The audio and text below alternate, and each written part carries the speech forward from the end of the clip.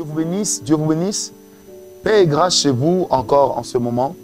Même si vous avez un problème de santé qui vous dérange, je prie que votre santé soit pure, soit bien, que votre corps soit lavé de toute forme de microbes, de pandémies, d'épidémies dans lequel microbe vous êtes déjà retrouvé. Que le virus disparaisse également de vous, de votre corps, au nom de Jésus.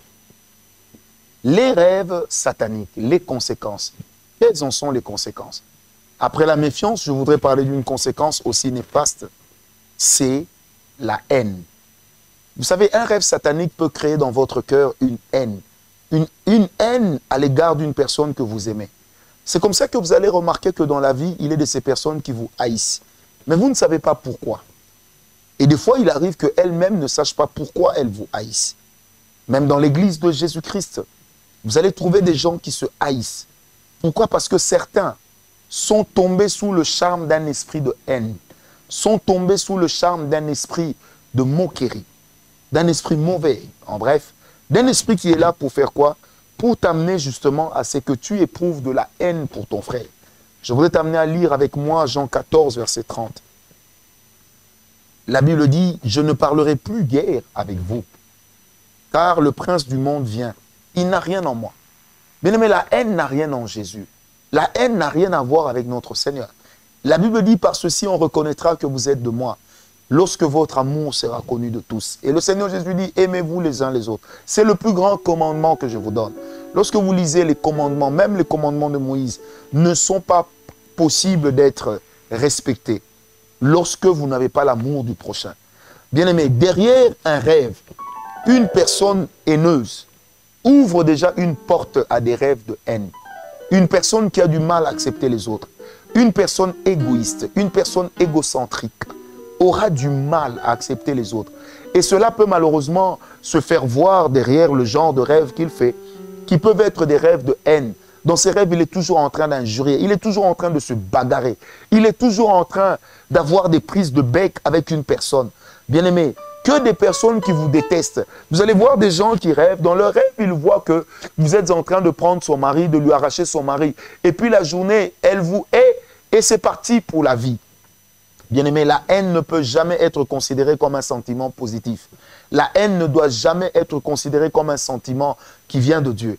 C'est pourquoi la Bible dit, même vos ennemis, aimez-les. La Bible dit ceci, cherchez la paix, d'autant que cela vienne de vous. Mais la Bible n'a jamais dit que vous aurez la paix avec tout le monde.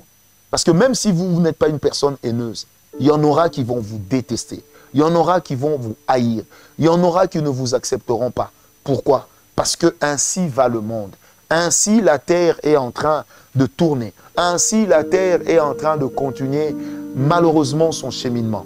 Il s'avère donc important, chers bien-aimés dans le Seigneur Jésus-Christ, vous qui êtes connectés, que vous puissiez le savoir et surtout que vous ne soyez pas sans l'ignorer.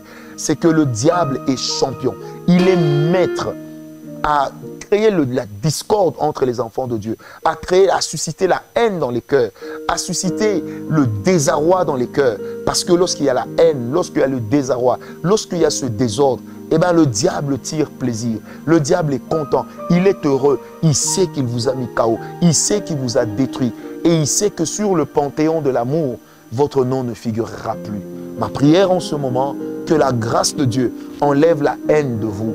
Que l'amour de Dieu le Père, la communion du Saint-Esprit puisse constituer en ce jour particulier notre partage commun. Et cela au nom de Jésus. Je ne haïrai pas celui qui veut nuire à ma personne. Je ne haïrai pas celui qui veut nuire à ma famille, certes. Mais j'aurai quand même de la méfiance. Pourquoi? Parce que la méfiance n'est pas de la haine. Quelquefois, la méfiance est très protectrice. La confiance est un sentiment bien, très noble, mais qu'on ne peut pas témoigner à l'égard de tous. Mais cependant, l'amour est un sentiment que l'on témoigne à l'égard de tous.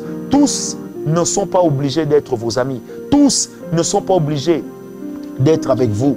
Mais tous sont obligés d'être aimés de vous. Bien-aimés, même si on reçoit mal votre amour, vous aurez peut-être fait du bien à certaines personnes qui vont vous haïr, qui vont vous trahir, qui vont vous détester. Mais dans Romains, la Bible parle déjà de la déloyauté, ou si vous voulez, du manque de loyauté qui allait venir dans les derniers temps, de l'homosexualité qui allait venir dans les derniers temps. Mettez toujours dans le même bagage. Le manque de loyauté, mettez toujours dans le même bagage. L'hypocrisie, l'homosexualité, des hommes qui vont avec des hommes, des femmes qui vont avec les femmes, c'est pareil. Mais vous, ne haïssez pas. Continuez à les aimer. C'est pourquoi nous avons un problème avec l'homosexualité, non pas avec les homosexuels. Parce que les homosexuels sont des âmes qui ont besoin d'être sauvées, qui ont besoin de rencontrer le Seigneur Jésus-Christ, alors que l'homosexualité détruit la noblesse de la race humaine, détruit la noblesse de l'homme. Que Dieu vous bénisse et que la haine ne soit plus votre partage, que l'amour de Dieu nous comble tous. Au nom de Jésus-Christ. Amen.